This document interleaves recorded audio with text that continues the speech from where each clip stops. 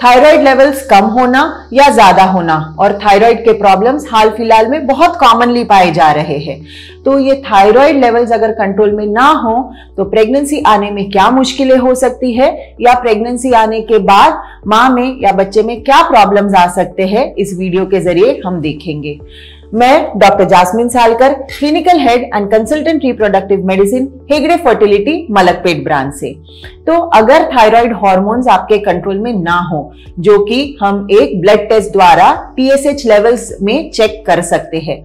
TSH levels normally 5.5 तक होने चाहिए, लेकिन अगर आप प्रेगनेंसी प्लान कर रहे हो या आपको नेचुरल प्रेगनेंसी आ जाए तो TSH level up to 2.5 normal कहा जाता है। तो ऑप्टिमम TSH लेवल एक हेल्दी मदर और हेल्दी बेबी के लिए, यानी एक प्रेगनेंसी हेल्दी होने के लिए ऑप्टिमम TSH लेवल 2.5 तक ही कट ऑफ माना जाता है, जबकि अगर आप प्रेग्नेंट ना हो तो 5.5 भी कंसीडर करते हैं।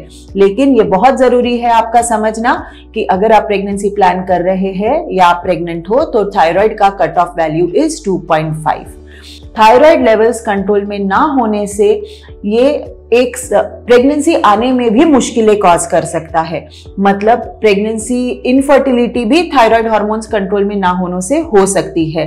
तो ये थायराइड हार्मोन कंट्रोल में ना होने से इनफर्टिलिटी के चांसेस बढ़ जाते हैं, यानी प्रेग्नेंट होने में मुश्किलें आ सकती है। और ये मुश्किलें क्यों आती है, इसका कारण एक है, अगर थायराइड हार्मोन्स बहुत ज्यादा है, TSH लेवल बहुत ज्यादा है, तो इसकी वजह से ओवरीज में यानी अंडेदानी में ओव्यूलेशन टाइम पे नहीं होता है, सही तरह से अंडा टाइम पे बनता नहीं है और अंडा फूट के बाहर नहीं आता। तो ओव्यूलेशन में दिक्कतें होने से पीरियड्स इर्रेगुलर हो जाते हैं और इसी वजह से प्रेगनेंसी आने में मुश्किलें हो सकती है। दूसरा रीजन ये होता है कि थायराइड हार्मोन का जो डिरेंजमेंट है, इसी के साथ प्रोलैक्टिन हार्मोन भी बढ़ के हो सकता है, और ये प्रोलैक्टिन हार्मोन्स भी अगर बढ़ के हो तो उसकी वजह से भी पीरियड्स इरेगुलर हो जाते हैं, जिससे कि इनफर्टिलिटी यानी निःसंतानता के प्रॉब्लम्स आते हैं। तीसरा, अगर थायराइड हार्मोन्स कंट्रोल में ना हो तो, और ये थायराइड प्रॉब्लम जो आपको आया है, अगर इसका कॉज ऑटो इम्यून है, मतलब इम्यून रीजन की वजह से आपको थायराइड डेफिशिएंसी हुई है, तो ऐसी सिचुएशंस में भी प्रेगनेंसी आने में मुश्किलें हो सकती है। साथ ही साथ जब थायराइड हार्मोन्स डिरेंज्ड होते हैं तो बॉडी में जो सेक्स हार्मोन्स होते हैं, यानी कि ईस्ट्रोजन, प्रोजेस्टेरॉन, इसका भी संतुलन बिगड़ जाता है। और लूटियल फेज डिफेक्ट्स, मतलब अगर मान लीजिए ओव्यूलेशन हो जाता है तो ओव्यूलेशन के बाद प्रेगनेंसी आने के लिए कुछ बॉडी में हार्मोन्स का लेवल सही मेंटेन होना जरूरी होता है। तो ये जो हार्मोन्स प्रेगनेंसी मेंटेनेंस के लिए लगते हैं, जिसे प्रोजेस्टेरॉन हार्मोन कहा जाता है, उसका सिक्रीशन कम हो जाता है।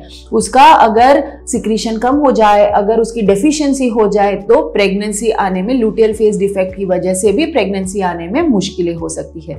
तो ऐसी कुछ कारणों की वजह से इनफर्टिलिटी, थायराइड प्रॉब्लम्स कॉज कर सकते हैं। मान लीजिए अगर प्रेगनेंसी आ जाए और आपके thyroid levels out of control हो, यानी कि 5.5 से ज्यादा हो और मोर इम्पोर्टेंटली अबव 10 हो, तो ऐसे में बेबी के ब्रेन ग्रोथ पे भी असर होता है। यानी कि जब बच्चा कंसेप्शन जब हो जाता है, प्रेगनेंसी टेस्ट आपका पॉजिटिव हो आ जाता है, तभी से बच्चे की ग्रोथ भी, यानी उनका ऑर्गन डेवलपमेंट भी धीरे धीरे स्टार्ट होना शुरू हो जाता है। और अगर उस समय, ये जो फर्स्ट 3 मंथ्स है, इसमें अगर थायराइड का लेवल्स अच्छे से मेंटेन कंट्रोल में ना हो तो बेबी के ब्रेन ग्रोथ पे असर हो सकता है। तो ऑप्टिमल फीटल ग्रोथ, यानी कि बच्चे का ग्रोथ सही हो, इसके लिए भी थायराइड लेवल्स कंट्रोल में रहना, प्रेगनेंसी आने के पहले ही कंट्रोल में रखना बहुत जरूरी होता है। साथ ही साथ थायराइड लेवल्स जो है, ये सिर्फ महिलाओं के लिए इंपॉर्टेंट नहीं है। अगर थायराइड मेल्स में कंट्रोल में ना हो तो पुरुषों में भी थायराइड का स्पर्म प्रोडक्शन पे, यानी शुक्राणु का काउंट पे, शुक्राणु की मोटिलिटी यानी गतिशीलता पे और शुक्राणु के नॉर्मल शेप्स पे असर होता है। तो स्पर्म प्रोडक्शन पर भी ये असर कर सकता है। तो अगर कुछ लोगों में स्पर्म प्रोडक्शन सही ना हो, या हमको वीर्यम परीक्षा के समय ये पता चले कि शुक्राणु की संख्या कम हो, तो थायराइड की जांच करनी चाहिए। क्योंकि अगर थायराइड डिरेंजमेंट की वजह से स्पर्म प्रोडक्शन में प्रॉब्लम हो तो हम इसका ट्रीटमेंट कर सकते हैं। और दोस्तों, थायराइड का अगर प्रॉब्लम आपको डिटेक्ट होता है तो इसमें डरने वाली कोई बात नहीं है। अगर आप सही तरह से आपके लेवल्स मॉनिटर करते रहे और सही तरह से आप आपके डॉक्टर से इसके लिए ट्रीटमेंट लेते रहे, मतलब थायराइड रिप्लेसमेंट हार्मोन्स अगर आप लेते रहे, तो आपके लेवल्स कंट्रोल में बहुत अच्छी तरह से रह सकते हैं। और ये जरूरी नहीं है कि आपको मतलब ये जो थायराइड के ड्रग्स है इसकी वजह से कोई साइड इफेक्ट्स हो। ये उल्टा आपके लिए बेनिफिशियल रहने वाले हैं।